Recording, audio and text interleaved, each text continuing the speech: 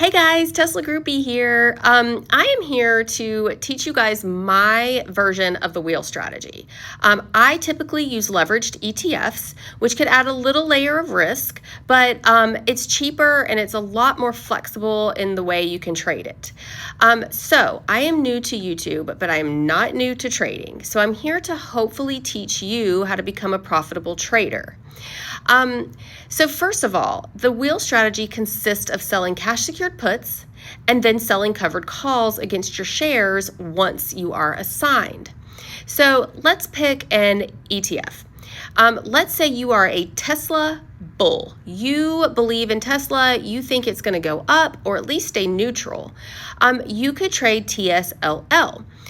It is trading right now at $20 a share versus $435 a share. Because with the wheel strategy, when you sell cash secured puts, you are agreeing to purchase 100 shares of the stock that you have chosen at the strike price that you have chosen. So if you would be comfortable purchasing 100 shares of TSLL at $15 a share, you would pick your strike and your expiration date accordingly. So you're saying, I will buy 100 shares of TSLL at $15 in 2 weeks or 3 weeks if it drops to $15 a share. I'm selling a contract, so I will receive money up front, and then that is called a premium. I will receive it up front for selling the contract, agreeing to purchase the shares. Now, there is a person on the other side of this contract that is buying the contract from you. They are betting that the stock goes down. So they have purchased a put. You are saying, I don't think it's going to go down. I think it's going to stay neutral or it's going to go higher. If it does go down, I'm agreeing to buy these shares at $15 per share. So they have purchased the contract from you. You receive the premium up front and you wait. If you're comfortable selling more than one contract, you would do a starter position. You would sell, if you wanted to sell 2 contracts, you would sell one up front. If the stock or ETF drops, you can receive more premium. At that point, you would sell more contracts to receive more premium.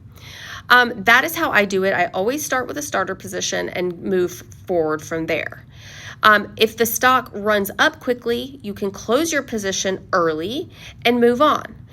Use it for another trade or the same name at a later expiration, however you want to work it. But you can close it early. You do not have to hold until expiration. So some people will sell weeklies. Some people will sell bi-weeklies, monthlies.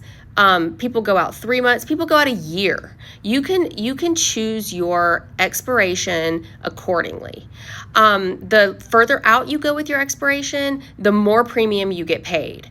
The higher you go with your strike, the more premium you are paid. So it's best to go lower with your strike if you're nervous or if you're a new trader or you don't know the ins and outs of the ETF that you're trading. There is something called delta when you are trading, and it's in the Greeks, and it will tell you your percentage that you could get assigned. So if it says 0.20, that means there's a 20% chance you'll get assigned and an 80% chance that this contract will expire worthless, you'll get out of the trade, and you will keep your premium. So the lower you go with the delta, the less risk. If you want to own the shares, you could even go higher with your delta, like 50. That means there's going to be a 50% chance that you are assigned shares, and there's going to be a 50% chance that this contract will expire worthless, you keep your premium, and you get your collateral back. So that's the next thing. When you sell a cash secured put, your platform will want to hold collateral for 100 shares. So if you said, I will purchase TSLL 100 shares at $15, your platform will want to hold $1,500 because that is 100 shares at $15 each. That way they know that you are going to purchase these shares at expiration if the stock drops that low. The downside to this is if the ETF or stock drops way lower than your strike, so you've got a $15 strike and before expiration it has dropped to $10 $11, even lower, you still have to purchase the shares at $15. Now, there are ways around it. You can roll the cash secured put out. You can go ahead and get assigned because, again, you are picking a stock or ETF that you are bullish on, so you do think it's going to go up. So if you get assigned the shares, you can hold them and wait for the stock to go back up. At that point, you could also start selling covered calls. So that goes to my next. Let's say you got assigned your 100 shares of TSLL at $15 per share. At that point, you would sell a covered call. To be able to sell a covered call, you do have to own 100 shares of the stock or ETF that you have chosen. You pick your strike and you pick your expiration accordingly. If you own the shares at $15 each, you would not want to sell a covered call below your cost basis. So you would go out, you could go out to a $16 strike, $17 strike, on up from there. You can pick your expiration. You could sell a weekly expiration, you could sell bi-weekly, monthly, go out a year if you want to, if you're comfortable holding the shares that long. Again, the further you go out with your expiration, the more premium you will receive. It also works the other way. The higher you go with your strike, the lower you go with your strike on the covered call, the more premium you will receive because you are saying you'll sell your shares for lower. Again, the downside to that is if you said you'll sell your shares at $16 and TSLL runs up to $20, you still have to sell your shares at $16.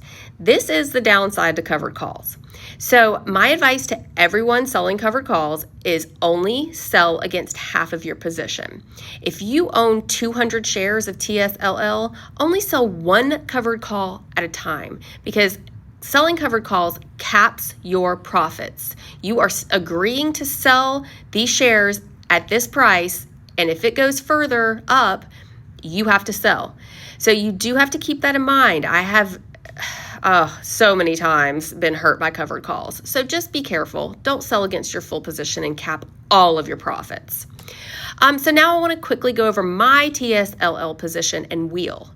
So I own 900 shares of TSLL at a $12 cost basis. Right now, TSLL is trading at $20.17. So I am up quite a bit on those shares. I did own 2,900 shares, but I've been selling them off slowly, taking profits, also being assigned with covered calls and having my shares called away. It's fine. This is for trading purposes only. This is not for investing.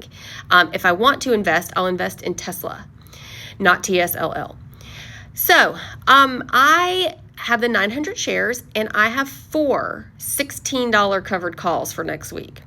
So I will have to sell 400 of my shares at $16, even though it is trading at $20 a share right now. I may consider rolling them out. I'm not sure. We'll see. I also sold 2 $26 covered calls and 1 $29 covered calls.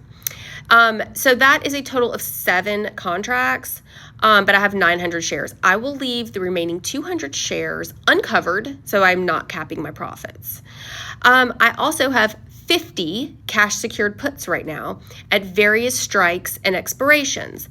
I sold those maybe a month or more ago when TSLL was trading between $10 and $14 because that is our sweet spot. As of right now, I am not selling cash secured puts until the price of Tesla and TSLL drops a bit, which it may. Earnings are next week. Who knows? As soon as it comes back down into my zone, I will then start selling cash secured puts again. I do not want to be assigned shares of TSLL above $14, preferably closer to $12. So I will trade accordingly, but that is my wheel. Subscribe below and I will show you how it's done with other stocks and ETFs. You can also follow me and subscribe over on X at Tesla Groupie. I've got a subscription over there while I trade all of my wheel strategy live. So thank you so much.